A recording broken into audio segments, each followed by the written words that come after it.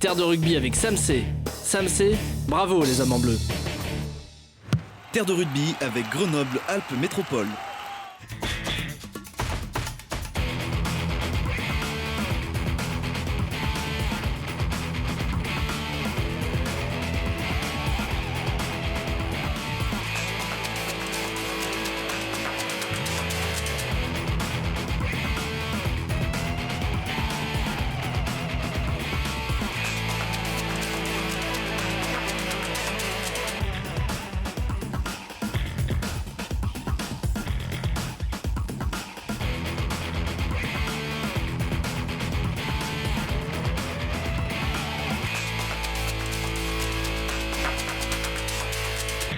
Bienvenue à tous, merci de votre fidélité à Terre de rugby, fidèle à son tour aux racines de votre club préféré.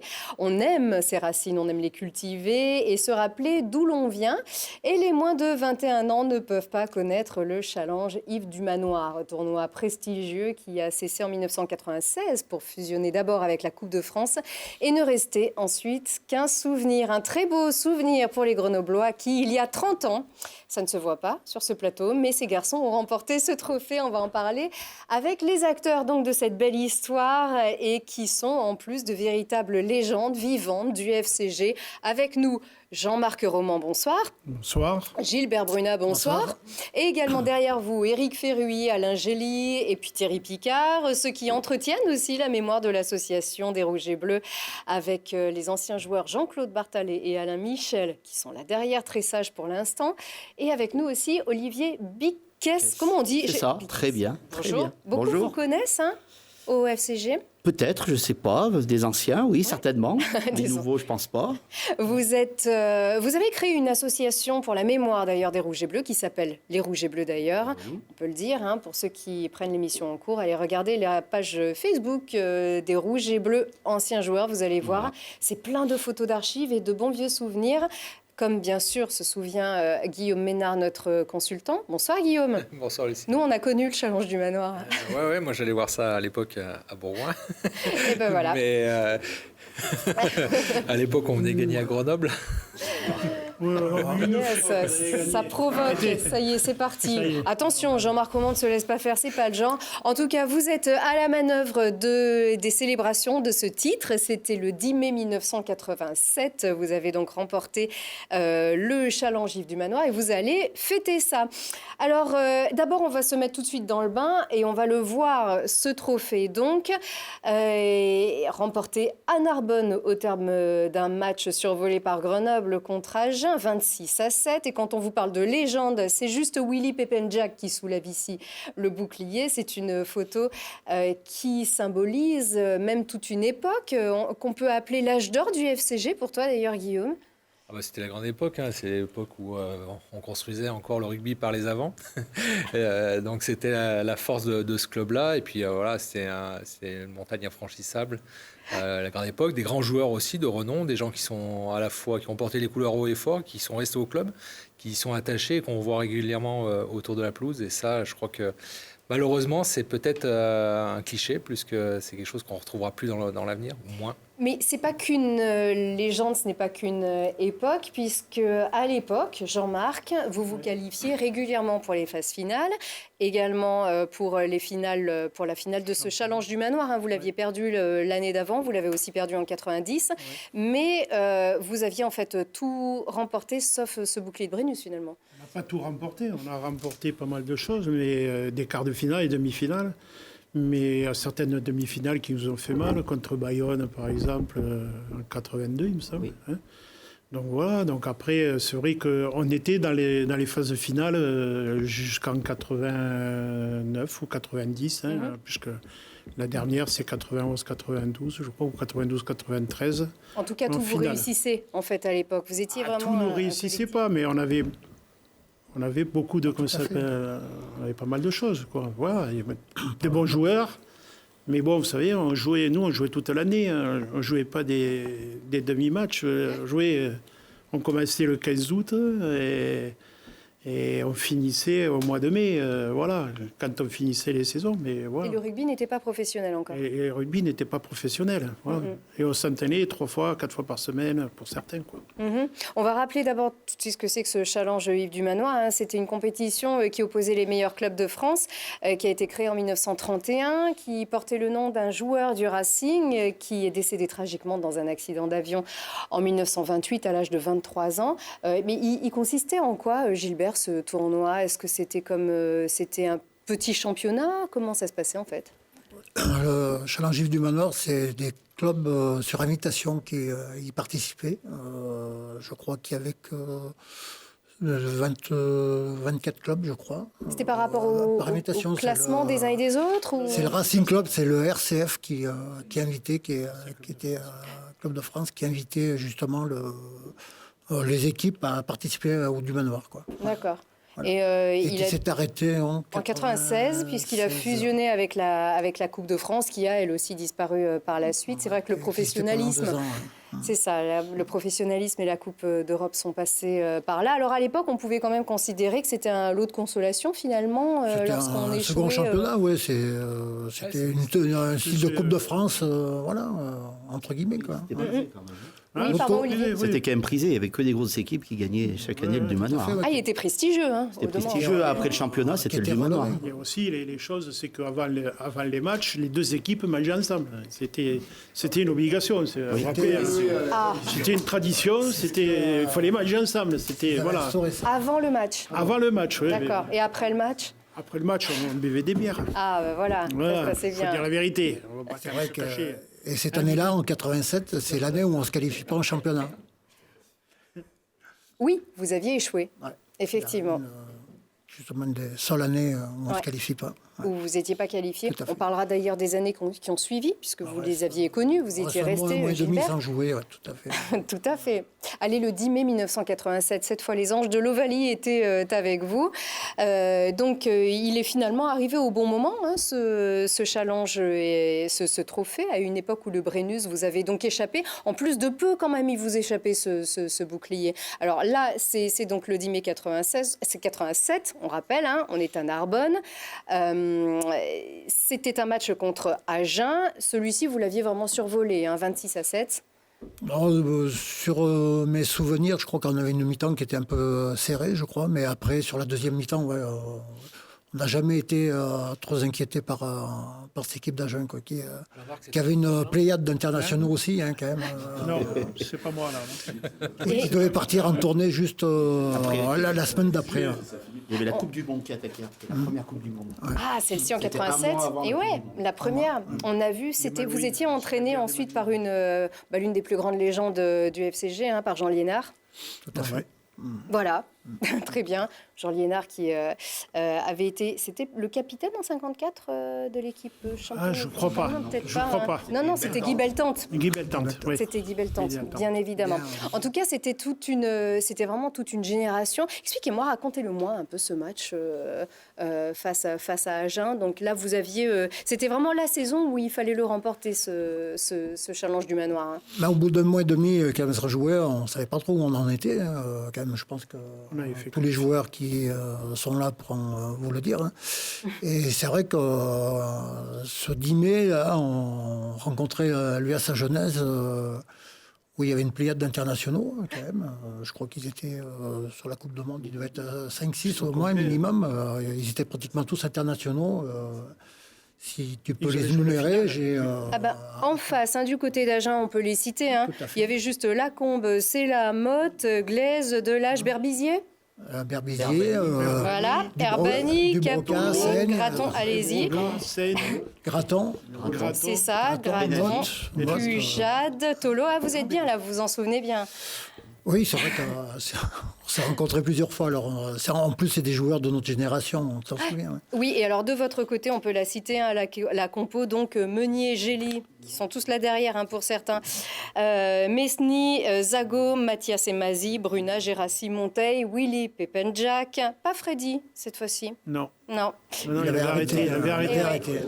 Hervé Chaffardon, qu'on a revu un petit peu plus tard, et puis Vaquino, Ferruy, Roman. Voilà, on y est. Un énorme souvenir aussi, ça, pour vous, Jean-Marc. Le meilleur, peut-être ? Ouais, c'était... De votre carrière peut-être pas, mais c'était un bon moment. C'est vrai qu'on avait fait... on avait fait cette finale, on avait joué cette finale correctement, dirons-nous. Et puis on était un peu dans le doute avec un mois et demi qu'on ne savait pas comment on en était. Bon, on s'est entraîné, puis voilà, bon, ça s'est bien déroulé, des beaux essais. Sachant que les Agenais avaient perdu contre Toulon le week-end d'avant, et cette année-là, Toulon est champion de France. Oui, champion de France avec les jeunes, avec tous les jeunes. Et Agen joue la finale, c'est une semaine après. C'est bon. Ouais, c'est ça. Qu'est-ce qu'il a changé pour vous, ce titre? C'est le dernier en date remporté par une équipe première du FCG, puisque par la suite, on va le voir, une finale a été perdue par les Grenoblois, mais c'est le dernier titre en date. Qu'est-ce qu'il a pu changer pour vous, perso, et puis pour le club, qu'est-ce qu'il a apporté? Pour le club, je crois qu'il est... une notoriété en plus pour un club du Sud-Est. La finalité d'une saison déjà. Ouais. Voilà. Après, c'est vrai que je pense que le FCG l'année précédente avait perdu justement en Dumanoir à Montferrand à Brive contre Montferrand. C'était une concrétisation en fin de compte sur les 2-3 ans, quoi. Enfin, cette année-là, moi, j'arrivais de Lourdes. Après, il a suivi on a refait une finale du Manoir en 90 à Pau contre Narbonne. Après, on ne va pas rentrer dans les détails de... C'était le même arbitre que la finale que Grenoble-Castres après. Ouais, justement, on rentre dans les détails. Monsieur Salle. Alors justement, c'était aussi pour ça que je vous posais la question, puisque... Après, il y a eu des demi-finales, des finales perdues. Il y a eu beaucoup de voilà. On ne va pas revenir le sur le pourquoi. Contre Agen notamment. D'ailleurs, Daniel Salle, il me semble qu'il était d'Agen, j'en suis pas sûre. Ouais. Oui, Agen, Castres. C'est ça. Mais oui... Voilà. Mais en fait, j'avais lu que, d'après ce que disait justement, je crois que c'était Max Micou, il semblait. J'ai peur de me tromper, Max Micou, peut-être Jean Liénard, mais il disait qu'à Grenoble, on avait l'impression d'être à l'étranger par rapport au reste de la France. Pourtant, on était bien dans le sud-est. Par rapport à la notoriété du club grenoblois, dans cette domination du sud-ouest, dans la hiérarchie, on va dire, est-ce que ça vous le ressentiez à cette époque? Est-ce que ce titre a pu vraiment asseoir votre notoriété ou vous faire un petit peu entendre? De se faire entendre, peut-être pas, mais dans l'ombre sûrement, parce que on le savait très bien. Moi, je peux en parler en connaissance de cause, puisque moi je suis d'à côté d'Agen, donc je suis. Ça s'entend encore. Ça s'entend encore. Bon, mais voilà. Donc, mais on le voyait très bien que quand on allait jouer dans certains endroits, vous allez à Agen à l'époque, il y avait Ferras, Basquet, qui était dans les tribunes. L'arbitre, s'il faisait un mauvais match contre Grenoble, c'était bien. Il arbitrait plus. S'il faisait si Agen perdait à Agen, par exemple, c'était fini. Hein. Il pouvait considérer qu'il avait fini sa carrière. Donc voilà, c'est la vérité. Après, on le voyait de partout, en sélection. C'était pareil. On était montré un peu du doigt. Alors comment on réglait ça? Cette frustration, on la réglait sur le terrain Non, pas trop, non. Régler après, c'est une époque qui est tout à fait différente. Hein. Elle était gérée par des gens tout à fait différents qu'actuellement. C'était beaucoup plus fermé. On parlait beaucoup plus de rugby du Sud-Est que maintenant. C'est vrai que ça, c'est très élargi. Puis c'est difficilement comparable il y a 30 ans en arrière et à l'époque actuelle ou il y a 10 ans en arrière.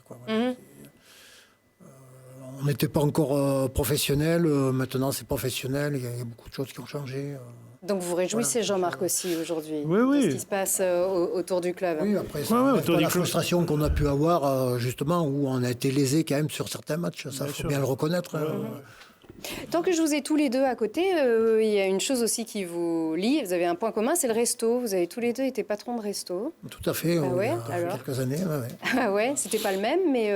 Ça se voit. Ils ont tenu le même. Le siège. À la notre vitesse, ils l'ont tenu. Moi, j'ai commencé le siège, c'est lui plus tard qu'après. Et après, il a eu un autre établissement. Ça s'est terminé en 2008, 2009. Et puis on rappelle aussi que vous avez entraîné Cessin pendant longtemps avec votre camarade qui est là derrière, avec Thierry Picard. Restez. Au sol. Oui, alors il va falloir vous approcher du micro, attention. Oui, on vous écoute, Jean-Claude Barthalet. Que le Sud-Est a quand même battu les All Blacks. Oui. C'est juste. Avec beaucoup de Grenoblois dans l'équipe. Voilà, merci. L'année m'a échappé, mais 81. c'était peu. 81. C'est Pierre Pommier qui avait marqué tous les points. C'est au mois de novembre. C'est ça. Messieurs, restez Gilbert qui jouait. bien assis.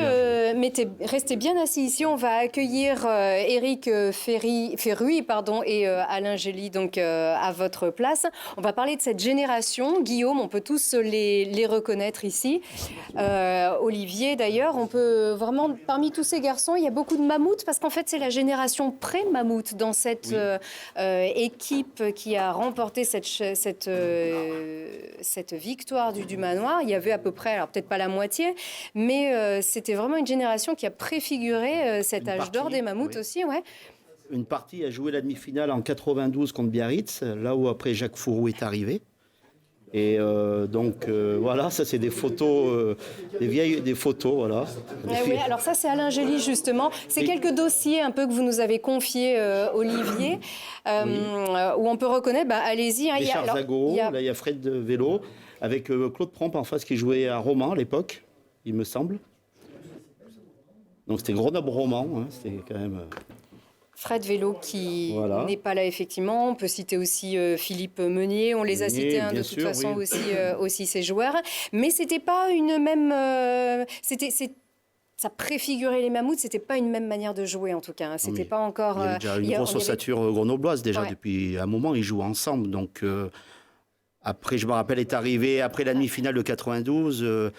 Où il sortait d'une demi-finale, Jacques Fourou est arrivé et il a amené des joueurs. Bon, après c'est la vie, c'est comme ça. Mais bon, c'est vrai qu'il sortait d'une demi-finale quand même. Donc Jacques Fourou est arrivé. C'était le fils spirituel de Jean Liénard en plus, on peut le dire. C'est pas du tout une critique que je dis, mais c'était fait comme ça. Il sortait d'une demi-finale et ils ont tout le club a changé de perspective. Mais bon, ça c'est la vie de professionnel. Hein. Si vous savez tout ça, c'est que vous étiez très près. Hein. Je rappelle, vous avez joué.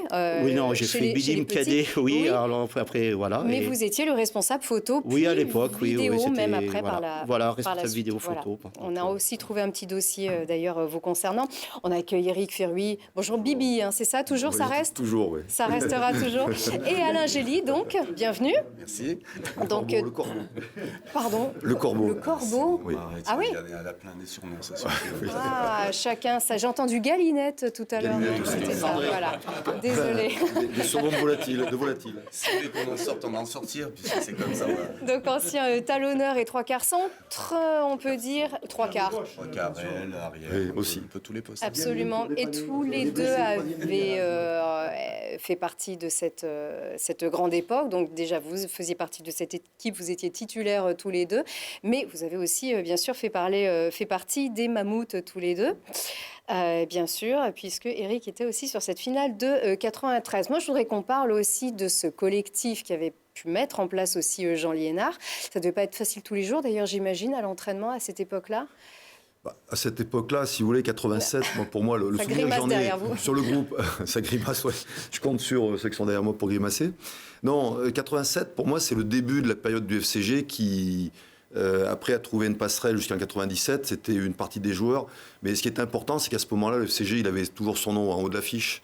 87, ça a porté avec le Dumanoir le titre, donc ça a porté le FCG en haut et ça l'a laissé jusqu'en 94.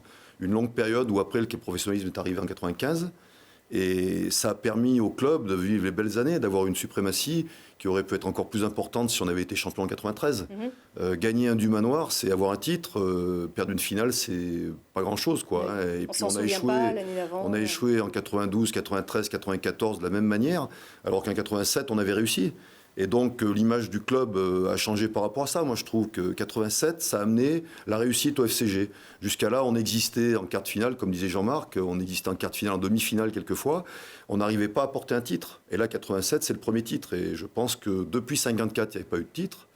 C'était important pour le club. Ça a relancé quand même une sacrée dynamique avec Alain. Il y avait quand même des très sérieuses individualités. C'est-à-dire non seulement il y avait ce collectif, en tout cas cette réussite collective, mais il y avait des sacrées individualités quand même dans cette équipe-là, quand on regarde toute la composition. Outre bien sûr Hervé Chaffardon, qui avait ensuite été le capitaine des Mammouths, entre les... Voilà, Pépin Jack, bien sûr, Meunier, etc. C'était vraiment des légendes. Hein.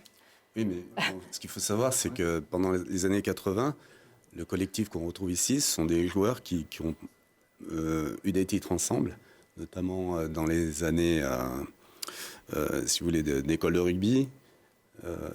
Avec Bibi, par exemple, on a commencé l'école de rugby ensemble. C'est une équipe qui se connaissait depuis... Depuis, on a vécu des titres dans les catégories jeunes avant, et on s'est retrouvés, je ne sais pas, à un moment donné, la moitié de l'équipe championne de France de 80 dans l'équipe première, dans les 2 ou 3 années à venir. C'est-à-dire que la concurrence, on la connaissait déjà entre nous, puisque voilà, elle était naturelle, elle était spontanée et saine. Vous aviez les cheveux longs, je crois, en minime. Regardez bien la page Facebook des Rouges et Bleus. Non, j'ai pas osé ressortir le dossier. Mais il me semble qu'en tout cas, sur la page de l'assaut des Rouges et Bleus, on peut vous retrouver. Mais voilà. On était jeunes, on avait les cheveux longs, on était jeunes, comme Guillaume. De toute façon, vous y êtes tous passés. Guillaume, c'est une réaction par rapport à ce que viennent de dire Non, mais c'est encore une fois, je répète, je reviens à ce que je disais tout à l'heure, c'est une génération de rugby qui était avant, quoi. C'est-à-dire que les gens vivaient sur place, jouaient sur place, se faisaient copains sur place. Et puis, si on les retrouve aujourd'hui, c'est que voilà, ils y sont encore bien. Et on a finalement une histoire de vie qui s'est écrite. C'est fabuleux de les entendre parler des souvenirs avec autant de détails, parce que ça les a marqués, parce que ça les a construits, etc. Aujourd'hui, je ne suis pas certain qu'on retrouve cette même alchimie entre les joueurs. Non, mais toi, tu es capable aussi de... C'est vraiment cette passion-là aussi, c'est le rugby. Tu es capable aussi de nous raconter, ne serait-ce que des déplacements, ça en fait partie aussi.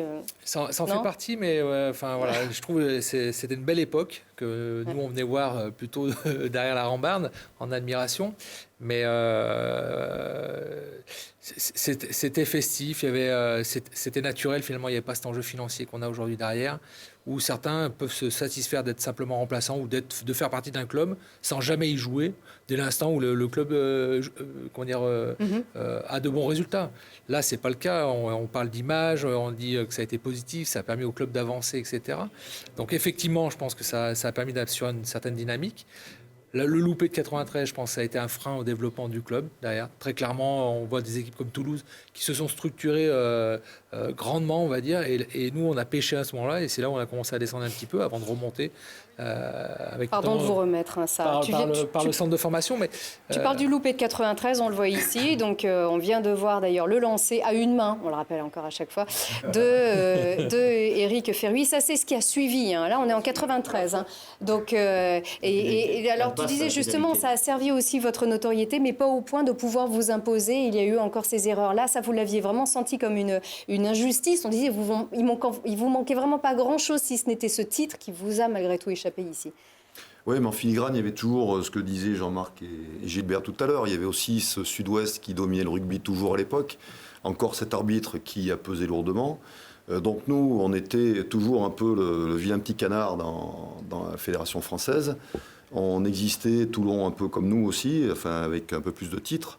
Mais je veux dire, on était un peu les deux avec Bourgoin qui traînait par là, les vilains petits canards de la basse-cour, quoi. Donc du coup, c'est un peu la continuité de tout ça. C'est vrai que si on avait pu avoir ce titre, mais bon, il ne faut pas y revenir sans arrêt, ça fait partie d'une partie du club. C'était la fin d'une époque, c'est surtout pour ça, je pense que les gens en parlent beaucoup. C'est la fin d'une époque, parce qu'après ce match-là, en 94, on fait une demi-finale contre Montferrand en Nîmes. Et puis après, plus rien, quoi. C'est le trou. Il y a eu 98 avec Michel Ingeval qui est revenu aux affaires avec nos amis iliens, les Tao et compagnie. Et donc, il avait fait une demi aussi. Et depuis, c'est vrai qu'on cherche toujours. Et donc, la référence pour les gens qui sont grenoblois, qui restent à Grenoble, c'est toujours cette finale de 93. Je pense qu'il faut se souvenir toute une époque, comme disait Alain, une époque dans laquelle on avait été champion de France minime, cadet, junior, où on a fait une finale championnat de France, c'est tous les mêmes. On était tous les mêmes. Et la différence, comme disait Guillaume, c'est l'indistance. Ça veut dire qu'à l'époque, dans cette période, les joueurs restaient dans le même club du début à la fin. On vivait longtemps dans les mêmes clubs. De la même manière que les matchs de rugby, c'était 2-3 heures sur le terrain. C'était pas comme un spectacle de cinéma aujourd'hui, où on reste 1 heure dans la salle et on part, comme le Stade des Alpes aujourd'hui. Les gens, la plupart d'entre eux, s'en vont tout de suite après le spectacle. C'était une autre époque. C'était une époque où le temps était plus long, on avait le temps de se connaître mieux, où certainement on installait davantage les choses dans les clubs. La société a changé, on est venu dans une société de zapping, le rugby a changé, il est devenu professionnel. Voilà, c'était une période, mais c'était une belle période pour notre club. 87, c'est le début. Il y a à la limite, il n'y a que le jeu qui était plus rapide à l'époque, justement. Là, on ne perdiez pas de temps avant les mêlées, c'était à peine elle est sifflée, elle est déjà jouée, les touches, c'était un petit peu pareil. Bon, on en fausse un petit peu le clou, mais c'est aussi parce qu'on peut vous reconnaître, hein, pour certains, ici, sur ces images. Donc, on disait c'était la fin d'une époque, c'est aussi le début d'une époque. Ça, c'est vous, hein, Eric, voilà, on le rappelle encore. Avec votre capitaine et toute cette dignité aussi, avec le président Rico Rinaldi aussi, notre regretté qui était dans les tribunes. Dans les tribunes. Je crois qu'on va vous reconnaître. Il pleure encore. Ouais, mais alors on va vous voir, évidemment, puisque théoriquement c'est vous qu'on aurait, enfin en tout cas que vous auriez préféré voir ici. Je crois qu'on a retrouvé une image d'Olivier. Voilà, il est là, hein, notre invité qui est là, à côté de Gilbert. Voilà, c'était vous, ça, Olivier? Oui. Voilà. Il a toujours la veste. Aussi. Même veste, je ne l'ai pas quitté depuis 25 ans. Ça fait cheveux, voilà. Oui, peut-être. Oui. C'est un petit peu ça. Vous avez entraîné, en tout cas tous les deux. Moi, je vous avais connu, Alain, vous étiez entraîneur des Espoirs à l'époque, du FCG, une grande équipe, hein, des Espoirs. Avec Sylvain Bégon, et puis avec Bibi plus tard. Oui, vous aviez entraîné Donc, ensemble. On s'est pas quitté, hein, depuis tout ce temps, Finalement, parce que ça vous lie, finalement, toute cette époque-là, cette autre époque du rugby, cette autre époque du FCG. C'est sûr. Et puis, bon, ce qu'il y a, c'est qu'on a vraiment confiance l'un dans l'autre. Donc, Bibi fait ce qu'il veut de son côté, je fais ce que je veux de mon côté. Et puis ça fait une belle alchimie au final, puisque voilà, on a eu quand même de bons résultats, malgré tout, avec les espoirs qu'on a eu à un moment donné. Bon, alors, il fait ce qu'il veut de son côté. Il entraîne Voiron, hein, cette année, ça va? Thierry Picard, d'ailleurs, qui est un autre ancien joueur qui a fait la finale aussi de 87. Il se cache derrière, oui. Tirer un petit, parce qu'on ne sait pas, parce que je crois qu'on ne voit pas très bien. Voilà, donc tous les deux, il faut bien parler dans le micro aussi. Okay. Vous aviez aussi, on le disait tout à l'heure, entraîné avec Gilbert Brunat, l'équipe de Cessin, pendant longtemps, dans le micro. Pendant 6 ans à Cessin avec Gilbert, oui, en effet. Ouais. J'ai joué longtemps à côté d'Alain, je tenais à le dire. C'était mon binôme au centre et il m'a appris beaucoup de choses. Très bon joueur de rugby, Alain. Voilà. Et vous, par contre, vous étiez là d'ailleurs, hein, sur le banc des remplaçants pendant cette finale. Et je tenais aussi à remercier Philippe Meunier, d'ailleurs, qui s'est blessé juste avant la mi-temps. J'ai pu rentrer. Parce qu'à l'époque, c'était très dur de rentrer pendant un match. Souvent, quand on était remplaçant, on restait jusqu'à la fin. Voilà. Et là, Philippe s'est blessé, j'ai pu participer, j'ai pu jouer une mi-temps cette fameuse finale du Dumanoir. Un des seuls remplaçants, du coup, à être... Il y avait Fred Vélo aussi qui était remplaçant. Enfin, je me souviens que on était 2-3 quarts, c'était Fred et moi, et c'est moi qui suis rentré, et merci Philippe.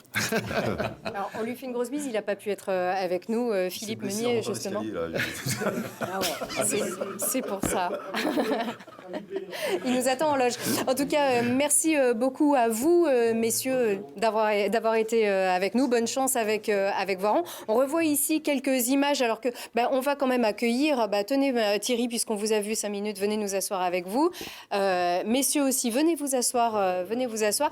Du coup, on reparlait de cette génération. Guillaume, les images sont en noir et blanc, c'est quand même pas si vieux, mais c'est quand même des images qui datent de 30 ans. Hein. Donc vraiment, on parle de génération et de changement d'époque.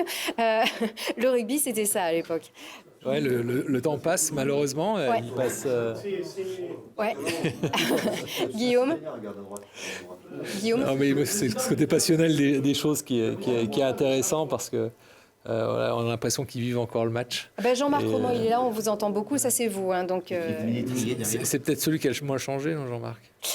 Et exactement. Vous allez tous ensemble, en tout cas, vous retrouver à l'occasion d'une célébration. Hein, c'est samedi, au club. À la Bodega de Lédiguerre. Et ça veut dire que tout le monde est invité, en fait, à célébrer tous ces jours qu'on est en train de voir ici. C'est en deux parties.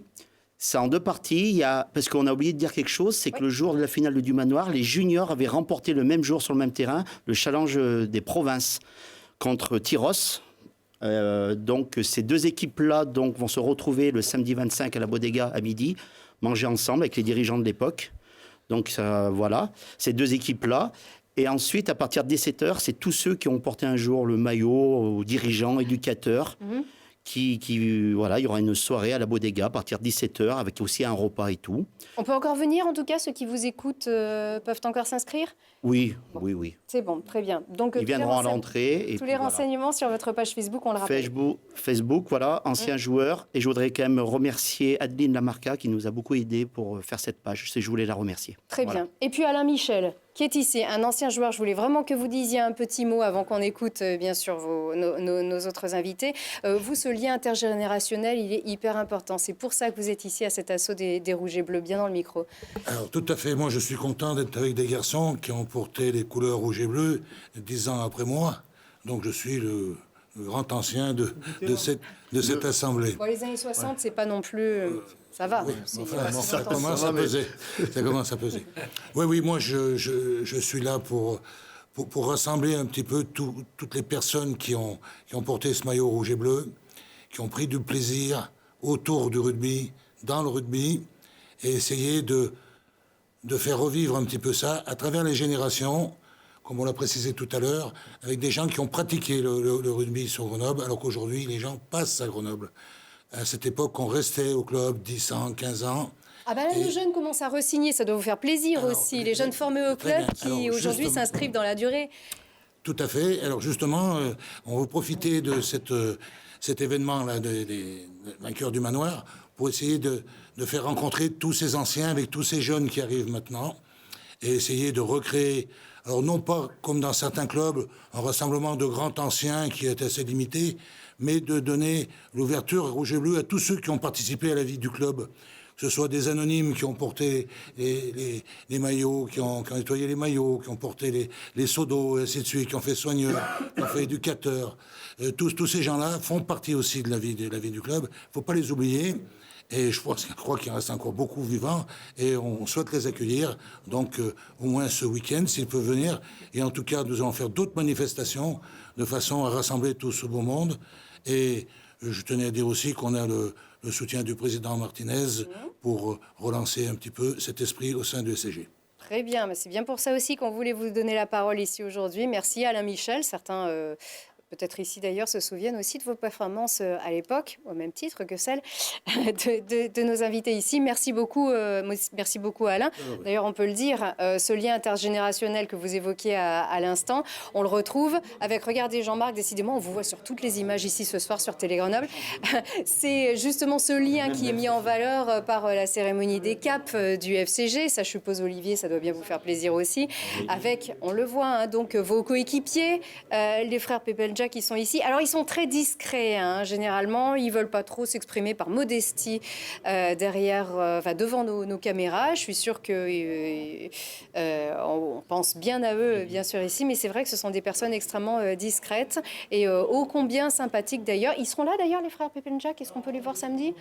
Il y a Willy. Voilà. Willy sera. Willy sera là, donc celui qui levait le challenge tout à l'heure.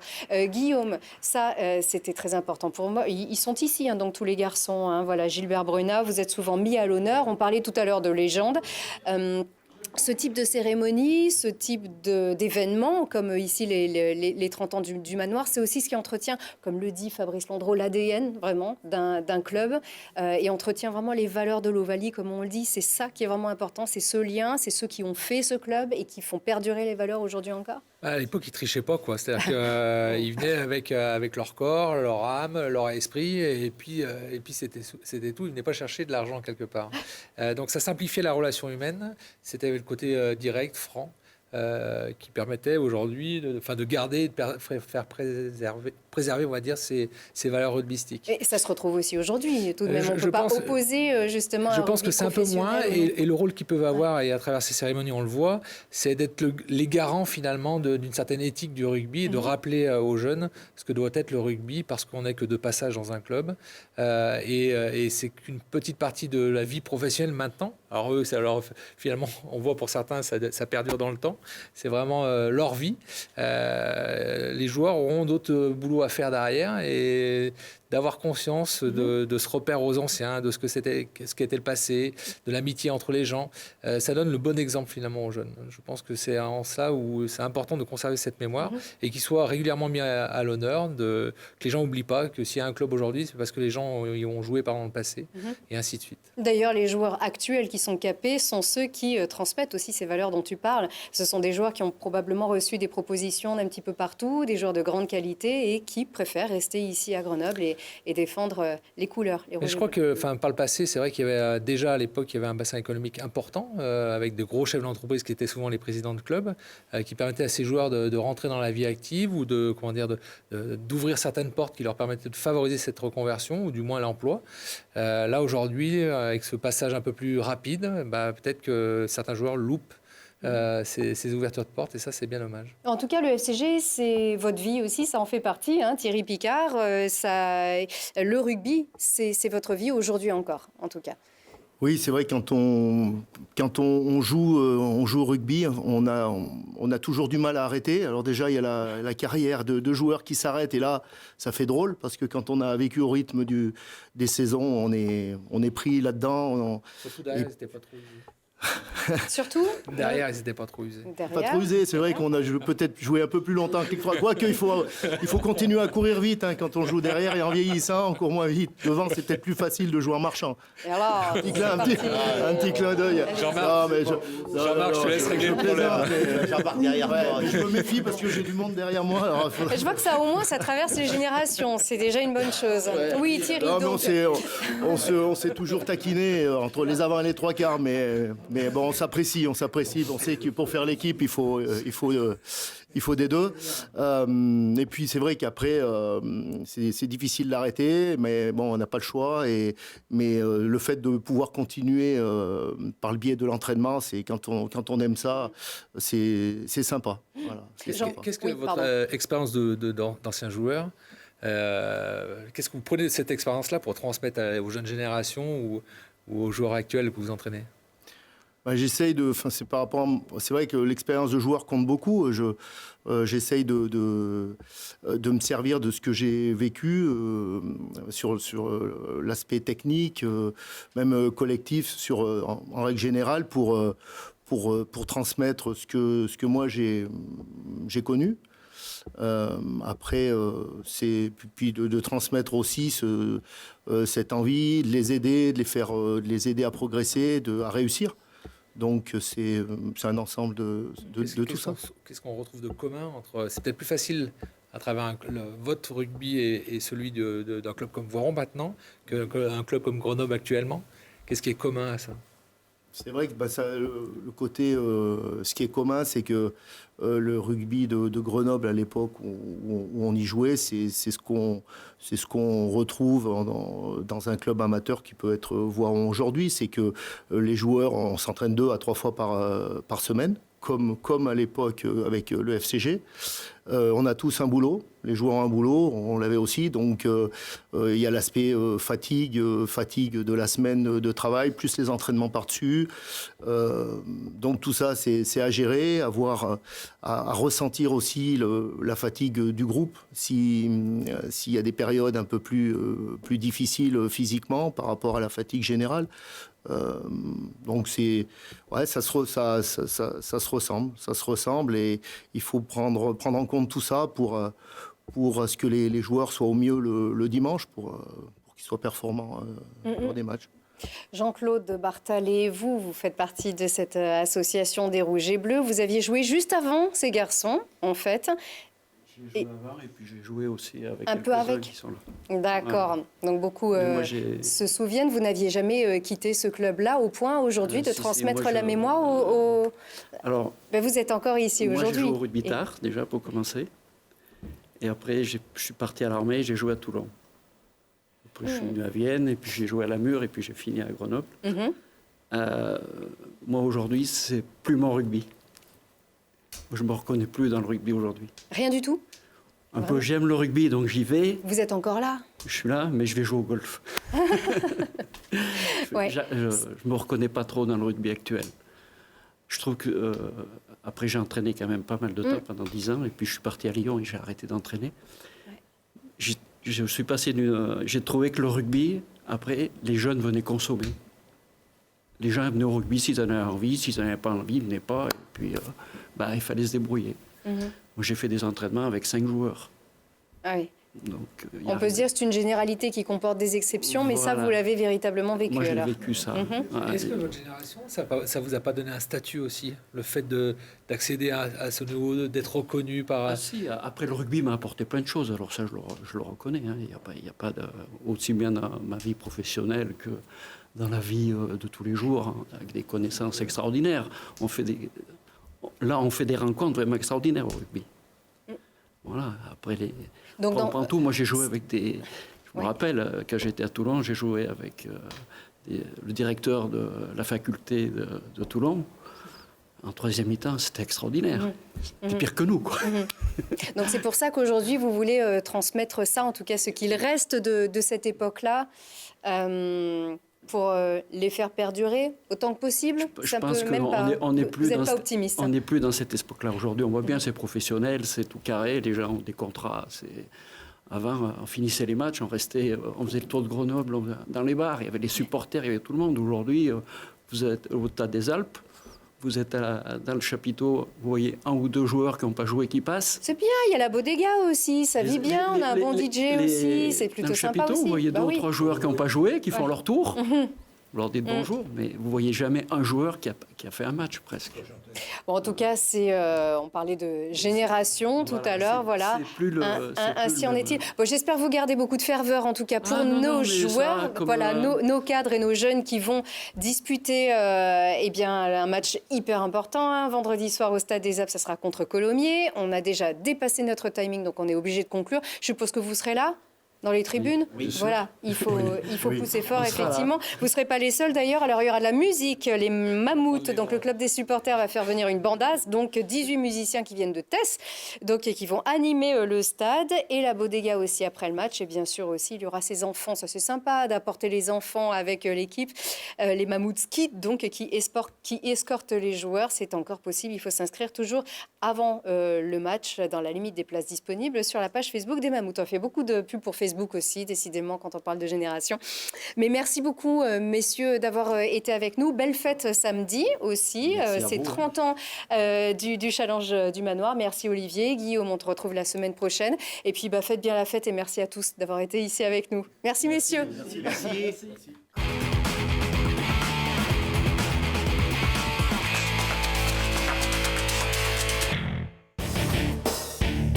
Terre de rugby avec Samsé. Samsé, bravo les hommes en bleu.